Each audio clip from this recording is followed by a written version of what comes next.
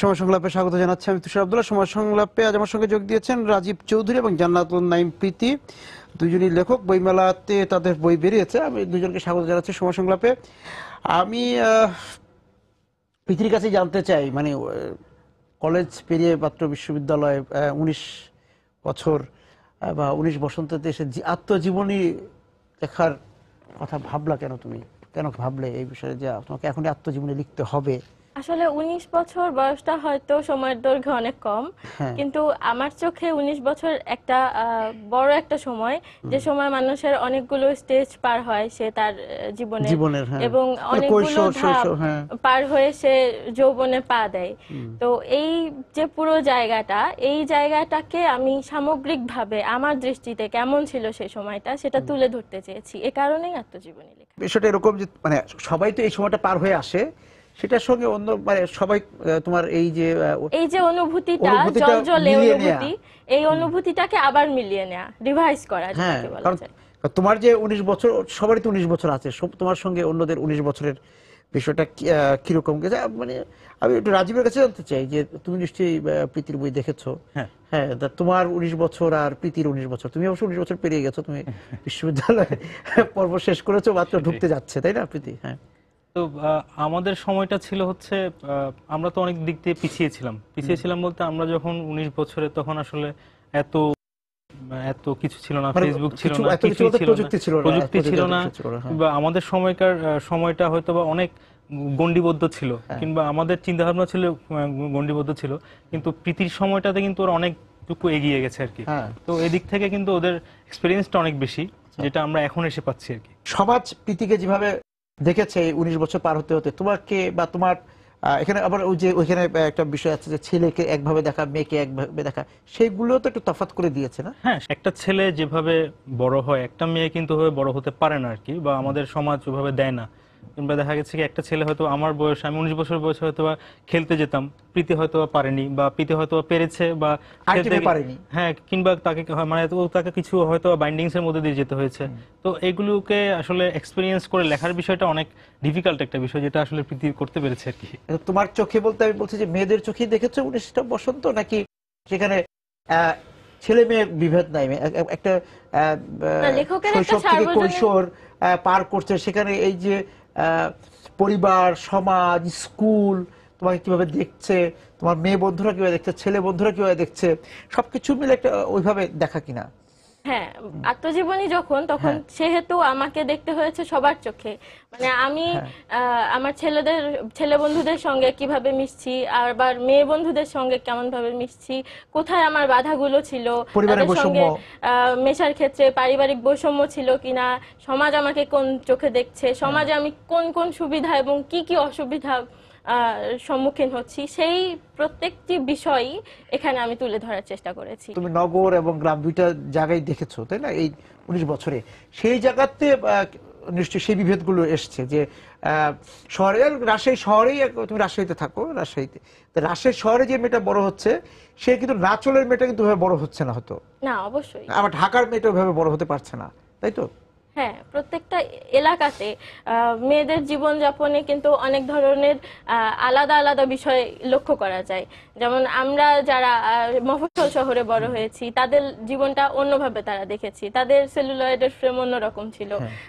আবার যারা ঢাকা শহরে বড় হচ্ছে, আর আমার যেহেতু ঢাকার সঙ্গে যাতায়াতটা খুব ভালো মতোই ছিল, ছোটবেলা থেকে বিভিন্ন প্রতিযোগিতা, বিভিন্ন অকেশন, এই সবগুলোতে আমি যখন অংশ নিতে আসতাম, অনেকে দেখার সুযোগ হতো। হ্যাঁ, অনেক কিছু দেখার সুযোগ হতো, এবং আমি দুটার সঙ্গে মিলাতাম।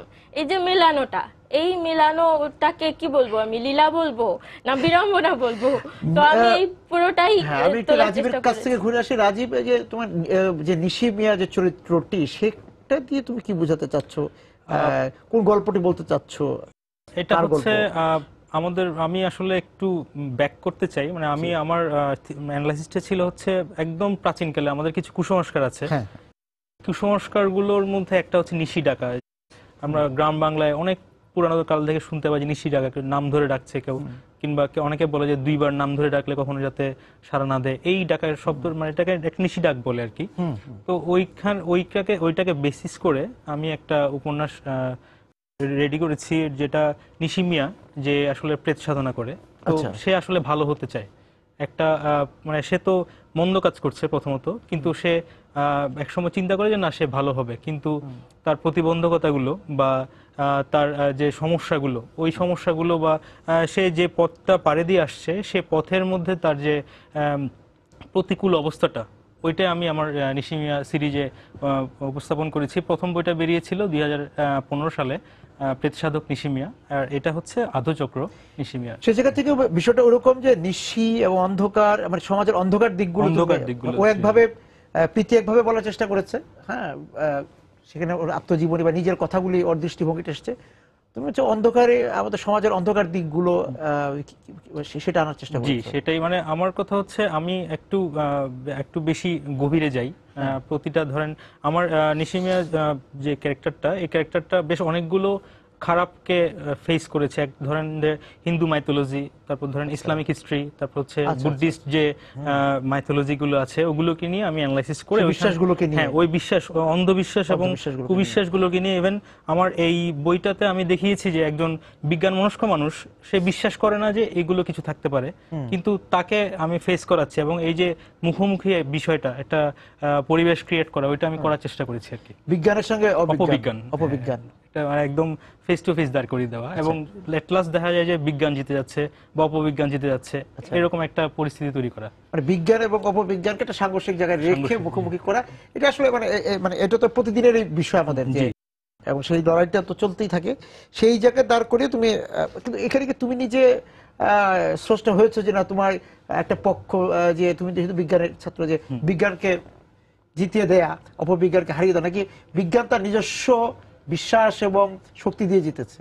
এখানে আমার উপন্যাসটা একটু পড়লে বোঝা যাবে যে আসলে আমি বিজ্ঞানকেও জিতাইনি, আবার আমি অপবিজ্ঞানকেও জিতাইনি। সবাইকে যার যার মতো, যে যার বিশ্বাস নিয়ে বা যে যার অ্যানালাইসিস নিয়ে, যে যার ধরেন একজন ডাক্তার আছে, সে কিন্তু কিছু একটা দেখলেই ওইটার ছবি তুলে অ্যানালাইসিস করে গুগলে সার্চ করছে, আবার কিছুক্ষণ পর দেখছে সে একটা। আমি মানে এই যে লেখক হয়ে ওঠা, আমাকে লিখতে হবে, হ্যাঁ, যে রাজীবের যেরকম যে এই যে নিশির বিষয় যেটা আছে, যে নিশি ডাক, হ্যাঁ, এই নিশি ডাকের যে অন্ধকারের দিকটা নিয়ে লিখতে হবে। তোমার হঠাৎ করে মনে হলো প্রীতির যে এই যে বসন্ত, আমি যে এই যে জীবনটা যে আমি যাপন করছি, ধীরে ধীরে আমি বড় হচ্ছি, এই বড় হতে হতে যেই সংকট, বিড়ম্বনা, ভালো লাগা, খারাপ লাগা, এই যে মুখোমুখি যেগুলো হচ্ছি, সবই তো খারাপ লাগা না, সবই তো মন্দ লাগা না, ভালো লাগাই অনেক কিছু, আনন্দেরও অনেক কিছু আছে।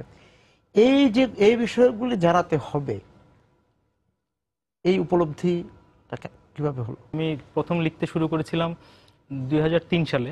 আচ্ছা। তারপর প্রায় 12 বছর একটানা লিখে যাওয়ার পর আমি প্রায় অনেকগুলো পত্রিকা সম্পাদনা করেছি।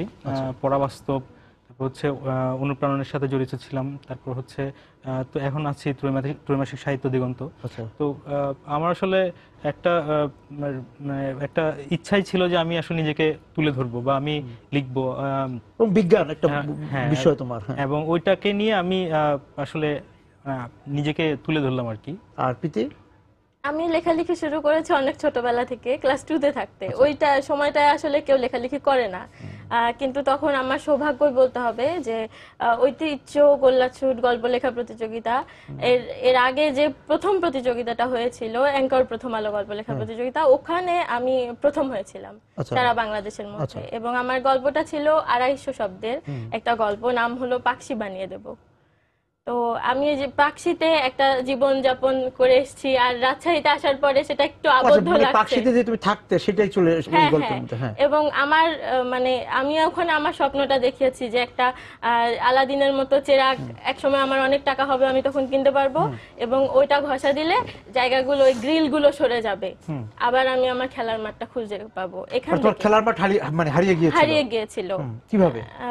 এই যে পাকশি থেকে চলে এলাম, বাবার চাকরি সূত্রে রাজশাহীতে পেলে না, এই দৃষ্টিভঙ্গি, এই প্রেক্ষাপট থেকেই ওই লেখাটা হয়েছিল। এবং তার জন্য আমি প্রথম পুরস্কার যখন পেলাম, তখন মনে হলো যে না, লেখালেখিটা একটা মজার কাজ, লেখালেখি করা যায়, আনন্দের কাজ। এবং আমি স্কুলে যাবার আগে থেকে গল্পের বই পড়তাম। আচ্ছা। তো আসলে পড়ার অভ্যাসটা আমার বাসা থেকে গড়ে উঠেছে, আমার যারা ভাই বোন আচ্ছা সবাই সবাই অনেক বেশি অনেক বেশি। এই জায়গাতে একটু রাজীব এবং প্রীতি তোমাদের দুজনের কাছে বলি যে এখন যে পড়ার পরিবেশের কথা ও বললো যে ও ছোটবেলা থেকে বইমেলা যেত, তুমি নিজেও প্রতিযোগিতা অংশ নিয়েছো, বাসা একটা পরিবেশ ছিল। এখন তোমার কাছে কি মানে একটু মানে আমি অভিযোগের কথাই শুনি সবার কাছ থেকে যে বাসা বা পরিবারগত সেইভাবে পড়ার পরিবেশ আর নাই, সবাই টেলিভিশন কেন্দ্রিক হয়ে গেছে, সবাই গ্যাজেট এই যে মোবাইল এবং ট্যাব কেন্দ্রিক হয়ে গেছে। আবার তুমি হয়তো সময় পেয়েছো, রাজীব হয়তো সময় পেয়েছে বই পড়ার, আজকাল ছেলেমেয়েরা নাকি বই পড়ারও সময় পায় না। এগুলি কি আসলে অজুহাত, অভিযোগ নাকি সত্যতা? আমার মনে হয় খানিকটা অজুহাত। আচ্ছা, কেননা এখানে সময় পাওয়া যাবে না এমন কোনো কথা নেই, যদি চাওয়া যায় তাহলে অবশ্যই সময় করে নেওয়া সম্ভব। কেননা আমি তো পড়াশোনা করছি, এখনো আমার পড়াশোনা চলছে এবং আমি এবার প্রথম বর্ষে বিশ্ববিদ্যালয়ে, কাজে আমাকে ওই সময়টা পার করে আসতে হয়েছে। আমি এই যে বিশ্ববিদ্যালয়ের জন্য অ্যাডমিশনের জন্য পড়াশোনা রেডি করেছি, এর মধ্যেও কিন্তু লিখেছি। কাজে সময় নেই বললে হবে না, সময় আসলে আছে, সময়টা আমাদেরকে খুঁজে নিতে হবে, এটা অজুহাত না। এখন আসলে বিষয়টা হচ্ছে কি যে আমরা দেখতে পাই আর কি এখন চলমান বিষয়টা যে আমি একটা বই বের করব, আমি ফেসবুকে একটা স্ট্যাটাস দিলাম যে আমার এই বইটা বেরোচ্ছে, ওইখানে নিচে কমেন্ট গুলো আসে যে ভাই পিডিএফ পাওয়া যাবে না। তো এই যে বই না কেনা যে কিংবা বই না কেনার যে ইচ্ছাটা, এটা কিন্তু খুব মানে ধরো এই যে তোমার যে বইটা এই বই ধরার যে আনন্দ আর পিডিএফ এর আনন্দ এক তো। হ্যাঁ, কিন্তু এখন দেখা গেছে কি যে বিভিন্ন ওয়েবসাইট গুলোতে পিডিএফ গুলো আপনি চাইলেই মোহাম্মদ জাফর ইকবাল স্যার কিংবা ধরেন যে কোনো বই, ওনার যে কোনো বই খুব হট সেল বই, আপনি জাস্ট ক্লিক করবেন, 2 MB আপনার খরচ হবে, আপনি কিন্তু এটা পড়ে নিয়ে নিতে পারবেন। তো এই যে একটা টেন্ডেন্সি তৈরি হচ্ছে বর্তমান ছেলে মেয়েদের মধ্যে, এটা কিন্তু পিডিএফ এর যে নীতিমালা আছে একটা বর্তমান বিশ্বে, পিডিএফ এর একটা নীতিমালা আছে যে ওই টাকাটা খরচ করে আমি amazon.com থেকে কিনে নিতে পারি বইটা। এই ব্যাপারটা বাংলাদেশে নেই, কপিরাইট নীতিমালা ওইভাবে মানা হয় না। কাজেই এখানে পিডিএফ করে ফেলাটা খুব সহজ, কারণ আইন প্রয়োগকারী সংস্থা তো খানিকটা নিষ্ক্রিয়ই। যদি নিষ্ক্রিয় না থাকতো ওই ঝামেলা, তুমি নিয়ম নীতির কথা বলছো সেটা ঠিক আছে, কিন্তু এই যে বই না পড়া মানে পিডিএফ দিয়ে ঠিক আছে সেটা একটা প্রযুক্তির বিষয়, কিন্তু এই যে যেটা বলা হচ্ছিল যে আসলে পিডিএফই বা কতটুকু পড়ে, এটাও আমি জানতে চাই যে আসলে তারা কি আসলে পিডিএফ এ আমাদের বই, ধরো তোমার দুজনের বই আসলে তারা পিডিএফ এ পড়ছে, কতটুকু পড়ছে, তারা পড়ছে কিনা সেটা হলো মূল বিষয়। না, এখানে আসলে কিছু ফ্যাক্ট তৈরি হয়েছে। ফ্যাক্ট গুলো কিরকম যে ধরেন ফেসবুক এখন একটা বিশাল প্ল্যাটফর্ম, আমি স্ট্যাটাস দিলে বা একটা গল্প লিখলে বা কবিতা লিখলে, যারা কবি সাহিত্যিকরা যেটা করে থাকে আর কি, দেখা যাচ্ছে কি যে এখানে প্রচুর লাইক কমেন্টস আসছে এবং এখানে যারা আছে তারা কিন্তু মানে ওই লেখক যখন বই বের করছে তখন যত লাইক তত তো বই বিক্রি হচ্ছে না।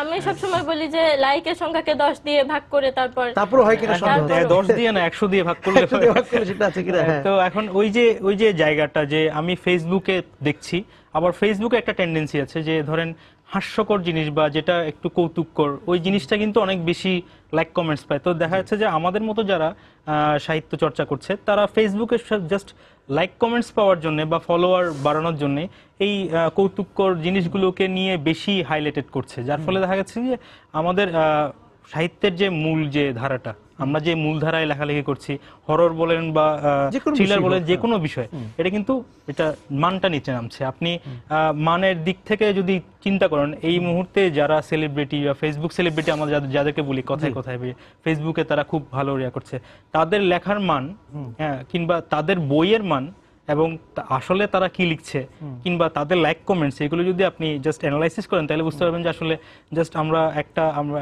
একটা অন্ধকারের দিকে ধাবিত হচ্ছে আর কি, যে আমাদের সাহিত্যের অবস্থা খুবই দিন দিন করুণ দশায় পতিত হচ্ছে। এবং এই যে বই না কিনার একটা টেন্ডেন্সিটা ওইখান থেকে তৈরি হচ্ছে, কারণ যারা আসলে পাঠক তারা বলি যে তোমরা মেলায় যাও, মানে প্রতিবারই যাও, মেলায় যে ওই যে পাঠকবাসের জায়গাটা বলি যে আমাদের বাবা মারা বা অভিভাবকরা তো বই কিনে দেন, সেখানে অনেক সময় তো যেটা হচ্ছে যে শিশু বা বাচ্চারা তো সবাই যে বই চিনে লেখক চিনে তা তো না, অভিভাবকদেরই যাচাই বাছাই করে বই কিনে দেওয়া উচিত। সেই জায়গায় অভিভাবকদের কতটা সচেতন দেখো, তোমাদের অভিজ্ঞতা কি যে তারা কোন ধরনের বই কিনে দিচ্ছে? আমার মনে হয় যে যখন আমরা ছোট ছিলাম তখন যত বেশি আমাদের অভিভাবকেরা সচেতন না ছিলেন, এখনকার অভিভাবকেরা তার চেয়ে বেশি সচেতন। এবং কিছু কিছু ক্ষেত্রে যেমন কলেজ ইউনিভার্সিটিতে যারা পড়াশোনা করছে এবং ইউনিভার্সিটির আগের যে মুহূর্তটা থাকে অ্যাডমিশন টেস্টের, এই সময়ে একটা ছেলে মেয়ে খুব ব্যস্ত থাকে তার পড়াশোনা নিয়ে, এবং এই যে এই ব্যস্ততাটার কারণে যে সময়টা যাচ্ছে, এই সময়ের মধ্যে কিন্তু রিল্যাক্স করার সময়, যেটাকে বলি অবসর সময়, এই সময়ে বই পড়া যায়। কিন্তু বেশিরভাগ বাবা মা যেটা করেন সেটা হচ্ছে যে পড়াশোনা হবে না, পড়াশোনা সব চলে গেল, পড়াশোনা হচ্ছে না, এই কারণে এরকম একটা এক্সকিউজ দেখিয়ে সেটা তো হলো যে হ্যাঁ বই না, এখন বাইরের বই পড়া যাবে না, সে কিন্তু না, বই মেলায় যে বইগুলো তুলে দেন সেই জায়গায় সচেতনতার কথা বলতে চাচ্ছিলাম। যে আমার অভিজ্ঞতা আছে, আমি দেখি যে আমার মনে হচ্ছে যে এই ক্ষেত্রে বাবা মা ডোরেমন, তারপর কার্টুনের যে সিরিজগুলো আছে, মিকি মাউস, এই জিনিসগুলোকেই আবার ওনারা ঘরে যে টেলিভিশনে যা দেখাচ্ছে সেটা আবার সেগুলো আবার ছাপা বইয়ের মতো করে নিয়ে আসছে। হ্যাঁ, জি। তো আসলে বিষয়টা হচ্ছে কি যে আমি তো ধরেন দুটো মেলা ধরে আমি মেলার মধ্যে প্রায় প্রতিদিন নিয়মিত থাকি লেখক হিসেবে। আমি দেখতে পাই যে যখন একটা ছোট্ট একটা পিচি যখন বলছে বাবু আমি বইটা কিনবো, বা তখন হয়তো বা দেখা গেছে কি যে ওই বইটাকে একটা ভালো বই, সাপোজ ধরেন যে হুমায়ুন আহমেদের বা বাচ্চাদের জাফর ইকবাল স্যারের কোনো একটা বই, কিংবা হাসান আজিজ হকের কোনো একটা বই, ওইটা না দিয়ে কার্টুনের দিকে বেশি ধাবিত হয়। যেটা সাপোজ ধরেন যে ও যেটা বললো ডোরেমনের বিষয়টা, তো এই ধরনের বইগুলো রংচঙে বই আর অনেক রকম প্রচুর, মানে কি জানি নাম আছে, আমি কিছু জানিও না। তো এই রংচঙে বইগুলোর বাচ্চারাও কিন্তু আগ্রহী হয়, কিন্তু এগুলোতে ভেতরে কিন্তু খুব একটা জিস্ট কিছুই নাই। মানে তো জিস্টের বিষয়গুলো আমরা যেরকম পড়ে আসছি, যেমন আমি যখন বলতাম যে ছোটবেলা আমার বাবাকে বলতাম যে আমি গল্পের বইটা কিনবো, সাপোজ ধরেন যে হুমায়ুন আহমেদের বইটা কিনবো, আমাকে দেওয়া হতো। ওই জায়গা ছিল আমাদের সময়, ধরো যে এখন অনেকেই জানেন হালিমা খাতুনের নাম জানেন, হালিমা খাতুন অনেক সুন্দর, আমরা ছোটদের বই পড়েছি, আলিমামের বই আলিমাম ভাইয়ের বই পড়েছি, এরকম। তারপর ফয়েজ আহমেদের অনেক, মানে যারা সচেতন বাবা মা তাদেরকে কিন্তু আমি দেখি যে তারা ঠিক বইটাই তুলে দেন তাদের বাচ্চাদের হাতে। কিন্তু বেশিরভাগ সময় যেটা দেখা যায় যে একদম ছোট ছোট বাচ্চা যাদের, এবং তাদের বাবা মারা হয়তো তাদেরকে সময় দিতে পারে না, বেশিরভাগ সময় ব্যস্ত থাকে বাইরে চাকরির কারণে, তারা বইগুলো কারা লিখছে, এখন বাচ্চাদের বই কারা লিখছে এই সমসাময়িক খেয়ালটা তারা করে না। তারা কার্টুন যেগুলো বাচ্চারা দেখছে, বাসায় বসে বসে দেখছে, একটা নদী নিয়ে লেখা বই, একটা গাছ নিয়ে, একটা গাছের সঙ্গে বই, বাংলাদেশের প্রকৃতির বই, বিশ্ব প্রকৃতির বই হতে পারে, কোনো সমস্যা নাই। হ্যাঁ, মহাকাশ নিয়ে বই হতে পারে, পৃথিবীর যে কোনো বিষয় নিয়ে বই হতে পারে। কিন্তু যে কথাগুলো বলছে যে তার মধ্যে একটা ফ্যান্টাসি ঢুকিয়ে দেওয়া, আমরা কল্পকাহিনী, আমরাও আলাদিনের চেরাগ বা আমরা হাতে পড়েছি, সেগুলি পড়েছি, সমস্যা নেই, কিন্তু সে আরো বড় জনই পড়েছে, তাই না? কিন্তু এই যে এখন যেগুলো হচ্ছে যে আমি টেলিভিশনে যেগুলো দেখছি সেইটাই আবার বই, এটার কোনো লেখক আছেন কিনা, এটা কিভাবে হচ্ছে, সেগুলি না দেখেই যে বইগুলি তুলে দেওয়া হচ্ছে। না, এটার তো একটা অবশ্যই ব্যাড ইম্প্যাক্ট আছে। বিশেষ করে আপনি এখন যদি দেখেন, এখনকার দিনের বাচ্চারা কয়জন মানে আসলে ঠাকুরমার ঝুলিকে চেনে, বা ঠাকুরমার ঝুলি পড়েছে কে চিনে, মানে কিংবা ধরেন যে আলাদিনের 40 চোর কে চিনে, কিন্তু আমরা কিন্তু ওগুলি পড়েই বড় হয়েছি। ইভেন যখনই আমরা ভূতের গল্প, হ্যাঁ, এগুলি যখন পড়তাম, আমাদের কিন্তু একটা মানুষ পড়ে একটা তৈরি হতো আর কি, যে না এরকম কিছু একটা হতে পারে, চিন্তা করতাম। তো এখনকার দিনের বাচ্চারা কিন্তু জাস্ট অনেকটা টেলিভিশন দেখবে, কার্টুন দেখবে। কার্টুনের যদি আমরা বিষয়গুলো দেখি, যে কার্টুনগুলো আসলে ঠিক বড়দের কার্টুনের মতোই, মানে বড়দের জন্যই হয়তো তৈরি করা, যে বিষয়গুলো যে আমরা হয়তো ব্যাখ্যা গেলাম না বিস্তারিত, কিন্তু আমরা বুঝতে পারি যে এগুলো ঠিক আসলে আমরাও কিন্তু কার্টুন দেখেছি, তাই না? শিশু মনের উপযোগী করে না, শুধু ওই যে ভিজুয়ালাইজেশনটা, যে ছোট ছোট ক্যারেক্টার তৈরি হচ্ছে, ছোট ছোট চরিত্র, এবং সেগুলো রং বেরঙের চরিত্র। স্কুলগুলোর কি দেখো, প্রীতি তো স্কুল খুব বেশি দিন হয়নি ছেড়েছো, বা কলেজ, রাজীব একটু আগে ছেড়েছে। স্কুলগুলোকে আমার যেটা মনে হয় যে স্কুলে প্রত্যেকটা স্কুলে একটা করে লাইব্রেরি থাকে, কিন্তু খুবই দুঃখজনকভাবে সত্যি লাইব্রেরির খুব একটা বেশি প্রচলন আমাদের স্কুলগুলোতে নেই, চর্চাটা নেই। আমার মনে আছে একবার যে আমার স্কুলের লাইব্রেরির যত বই, মানে 5,500-6,000 বই, সেগুলো বের করে দেওয়া হলো, এবং দেখা গেল যে বেশিরভাগের ভিতরে খুব সুন্দর সুন্দর বই, এবং সেই বইগুলো হচ্ছে অনেক আগেকার, অনেক আগের লেখা বই, ঠাকুরমার ঝুলি থেকে শুরু করে খুব দারুণ দারুণ বই, মানে গোয়েন্দা সিরিজ, দস্যু বনহুর সিরিজ, এই বইগুলো কেউ লাইব্রেরিতে যায় না, ঠিক না, লাইব্রেরিতে যে পায় না, কেননা লাইব্রেরিটা খোলা থাকে না সব সময়, ও। স্কুলের লাইব্রেরি। আচ্ছা, কলেজে কি এখন লাইব্রেরিতে যায় কি বলো? আমি যেটা করতাম, আমি কলেজের লাইব্রেরিতে বেশিরভাগ সময় কাটাতাম, এবং কলেজের লাইব্রেরিটা বেশ তুমি কাটাতে, কাজের কিন্তু ছিল। সংখ্যা কতজন না, ছিল? সংখ্যায় বেশি জন ছিল না, লাইব্রেরিয়ান আমাকে খুব ভালো মতো চিনতো এবং আমি রাজীবের কি প্রতিদিন- অভিজ্ঞতা? না, আমার অভিজ্ঞতা ছিল যে আমাদের বেশ কিছু টিচার ছিল যাদেরকে খুব ভয় পেতাম কলেজ লাইফে বা স্কুল লাইফে। উনাদের ভয়ে আমরা লাইব্রেরিতে ঢুকতে পারতাম না। তো আমরা দেখা গেছে কি যে আমরা কলেজে যখন পড়ি বা স্কুলে যখন পড়ি, আমরা দল বেঁধে পাবলিক লাইব্রেরিতে ঢুক দিতাম। আচ্ছা, পাবলিক লাইব্রেরিতে পাবলিক লাইব্রেরি চলে আসতাম। দেখা গেছে কি যে আমি সারাটা দিন ওয়েট করতেছি কখন কিন্তু কলেজের public লাইব্রেরিতে library- ঢুকতে পারতাম আমি ঢুকতে পারতাম না, বা ঢোকার জন্য কেন? ঢুকলে দেখা গেছে কি যে পরীক্ষা চলতেছে, অনেকে দেখা গেছে ফাঁকি দেওয়ার জন্য চলে আসে, কিন্তু আমার তো পরীক্ষা নেই, হ্যাঁ। ক্লাস তো ডিফারেন্ট থাকে।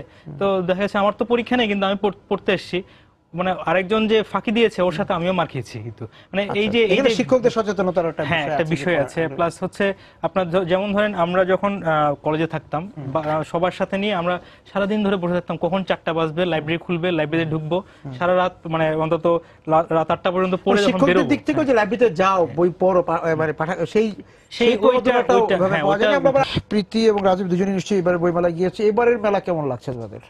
এবারের মেলা খুবই ভালো লাগছে, আর যেহেতু আমার 19 বছর বয়সের পরে এবার 20তম বসন্ত আসতে যাচ্ছে, কাজেই আমার কাছে বইমেলা অবশ্যই অন্যরকম আকর্ষণীয়। আগে আকর্ষণীয় থাকতো, এবার একটু ওভার আকর্ষণীয়। আচ্ছা, আচ্ছা, কেননা এবার বই আসছে আমার 4টা, আচ্ছা। 4টা বই আসছে, সেই সঙ্গে আমার যারা পাঠক ভক্ত এরকম অনেকেই আছে, তারা সবাই দেখা করতে চায়। তো তারা যখন আসে তারা ছবি তোলে, প্রতিদিনই কথা বসন্ত বলে, দিন। প্রতিদিনই বসন্তের দিন, কাজেই বসন্ত শুরু হয়ে যায় বইমেলার সঙ্গে সঙ্গেই। বসন্তের জন্য এই 13 তারিখ পর্যন্ত অপেক্ষা অপেক্ষা করা, করতে হয়। সেটা আমাদের লেখকদের মনে হয় লাগে না। না, মানে বই বের হলেই তো সেটাই বসন্ত। হ্যাঁ, সেই মানে বইয়ের পাতার যে ঘ্রাণ, সেটা ফুলের ঘ্রাণ। হ্যাঁ, তা সেই জায়গা থেকে বলে, কিন্তু এবার মেলার আয়োজনটা কেমন লাগছে? এবার মেলার আয়োজনটা ভালো লাগছে, কিন্তু আমার কাছে মনে হয়েছে যে স্টলগুলো যদি আরেকটু ভালোভাবে সুবিন্যস্ত করা যেত তাহলে খুব ভালো হতো। আমি নিজের স্টল আমার নিজেই খুঁজে পেতে আসলে প্রথম দিন আমার প্রায় 1 ঘন্টা লেগেছিল, আমি খুঁজে পাচ্ছি না। আচ্ছা, তো হয়তো মানে আশপাশে আছে, কিন্তু আশেপাশে খুঁজে আছে, পাচ্ছ না। বাট আমি দেখতে পাচ্ছি না, বা দেখতে পাচ্ছ ওইটা না, কোথায় আছে। পুরোটা ঘুরে এসে দেখা গেছে কি একদম যেদিক দিয়ে বেরোবো ওইখানে আমার স্টল। তো এই ঝামেলাগুলো, আর বিশেষ করে অতিরিক্ত ধরনের স্ক্যাটার্ড হয়ে গেছে। বিশেষ করে বাংলা একাডেমিতে তো খুব কমই স্টল, আর দেখা যাচ্ছে শুধুমাত্র লিটল ম্যাক আর সামান্য কিছু স্টল আছে, আর বেশিরভাগ স্টল তো সোহরাওয়ার্দী উদ্যানে। তো সোহরাওয়ার্দী উদ্যানের স্টলগুলোকে বিন্যাস যে আমি জানি না আসলে কে করেছে, আমার বলাটা ঠিক হবে কিনা সেটাও জানি না, কিন্তু আমার মনে হচ্ছে যে এটাতে একটু তুমি তো চিন্তার ছাপ। স্থপতি, হ্যাঁ, তোমার কাছে ওটা হয়তো ধরা পড়তে পারে যে হ্যাঁ, আর এটা আমার কাছে খুবই আসলে সাজানোটা ঠিক হয়নি। না, খুবই উইয়ার্ড যে মানে ইচ্ছা মতো জাস্ট আমি বসালাম, আর এখানে কিছু, এখানে গুচ্ছ, এখানে গুচ্ছ।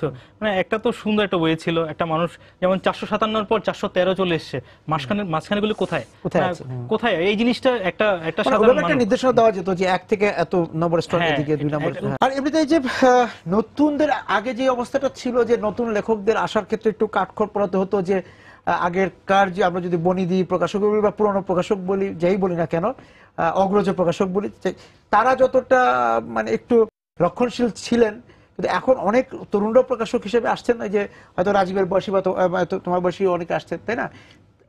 এখন নতুন লেখকদের অনেক মানে ভালো সুযোগ, যে তারা চাই মানে তারা যে কোনো প্রকাশকের কাছে যেতে পারছে, এবং প্রকাশকরাও নতুনদের প্রতি একটা আগ্রহ তৈরি হয়েছে।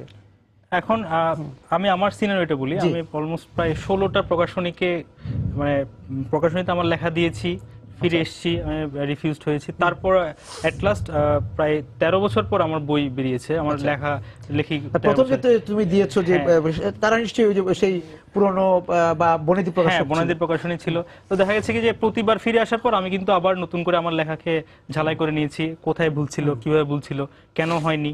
তো ওই এখনকার রিয়াদ দেখা যাচ্ছে ফেসবুক একটা বিশাল প্ল্যাটফর্ম, যেখানে আসলে লেখক প্রকাশক একটা মেলবন্ধন তৈরি হয়েছে। সম্মেলনের জায়গা হ্যাঁ, আছে। মেলবন্ধন তৈরি হয়েছে। ইভেন দেখা গেছে প্রকাশকরা খুঁজে নিতে পারে যে আচ্ছা ওনাকে হয়তো কে ভালো লিখছে। যেমন আমার আত্মজীবনীর কথা বলি, এটা প্রকাশ হচ্ছিল ইন্ডিয়ার অন্য দেশ পত্রিকায়, ভারতের। তো এটার প্রথম পর্ব যখন ছাপা হলো, তখন আমার প্রকাশক যিনি এই পাবলিকেশনের শব্দশৈলীর, ইফতেখার আমিন, উনি আমাকে তখন কল করলেন যে আমি আপনার এই বইটা করতে চাই।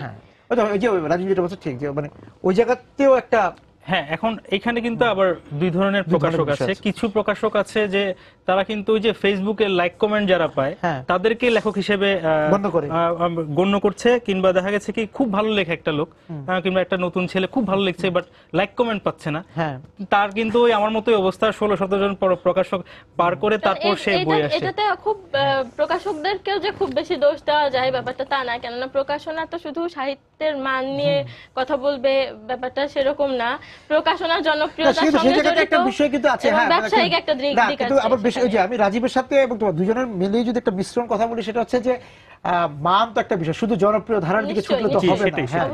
এখন মানটা আমি দেখবো কিনা, এমন কিছু লোকের বই বেরোচ্ছে যারা আসলে সাহিত্যিকই ছিল না কখনো, নরমাল কিছু সামাজিক অ্যাওয়ারনেস টাইপের পোস্ট দিত বা লেখতো, কিন্তু দেখা গেছে কি তারা কিন্তু 4-5টা বই অলরেডি বের করে ফেলেছে, কিন্তু তাদের লেখা কি বড় কাছে প্রবাসে থাকেন, একটু ঢাকা বেড়াতে গেলাম, একটা বই বের করে হ্যাঁ বই বের করে আসি, মানে এইটা নিয়ে কিন্তু কথা হচ্ছে।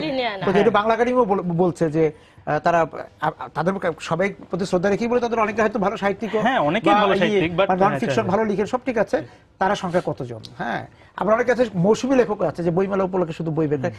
এইটা বলছে এই কারণে যে তাতে তরুণ যারা লিখতে চান, এই যে যেমন 13 বছর লেগেছে একটা বই নিয়ে মেলায় আসতে বা তার অভিষেক ঘটতে, সেই জায়গাটা হয়তো অত লাগতো না যদি ওই ভিড়টা না থাকতো। আমাদের বাংলা সাহিত্যে এখন খুবই অবস্থা যে করুণ, যে এই যে একটা জায়গাতে যারা টাকা দিয়ে বই বের করছে, প্রকাশক চাপ দিচ্ছে যে বই বিক্রি করতে হবে, নাহলে কিন্তু পরের বার বই হবে না, তো লেখককে বাধ্য হয়ে সে বই বিপণন নেমে যাচ্ছে।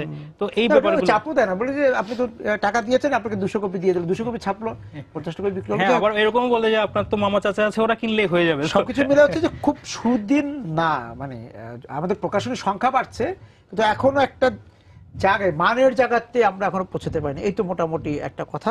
তারপরে অনেক তরুণ, সত্যি সত্যি তরুণ লেখক আসছে, তোমাদের মধ্যে অনেকেই আসছে, তরুণ প্রকাশকরা আসছে, সবাই যে ওই আমরা যে সমালোচনাটা করলাম সেই সমালোচনার কেউ কেউ তো অবশ্যই ওই কাজটা করছেন, কিন্তু আবার তরুণ অনেক প্রকাশক আসছে যারা সত্যি ভালো বই করার জন্য আসছে, তাদের শিশুদেরকে বই পড়াতে চান, তারা তরুণদেরকে বই পড়াতে চান, এবং তাদের একটা আদর্শ আছে যে পাঠক তৈরির এবং কিছু কথা বলার। সবকিছু মিলেই আমাদের বইমেলা নিশ্চয়ই আগামীতে আরো সমৃদ্ধ হবে, এবং যে সীমাবদ্ধতার কথা বলো সেগুলো থাকবে, এবং তোমরা আরো ভালো লিখো, এবং তোমাদের মধ্যে আরো আসুক, আরো লেখক আসুক, সেই প্রত্যাশাই থাকবে। তোমাদের দুজনকে ধন্যবাদ আজকে আমাদের সঙ্গে যোগ দেওয়ার জন্য। দর্শক যারা ছিলেন আজকে আমাদের সঙ্গে আলোচনা, আপনাদেরকে ধন্যবাদ জানিয়ে শেষ করছি আজকের সময় সংলাপ। দেখা হবে আগামী দিন, সবাই সুন্দর থাকুন।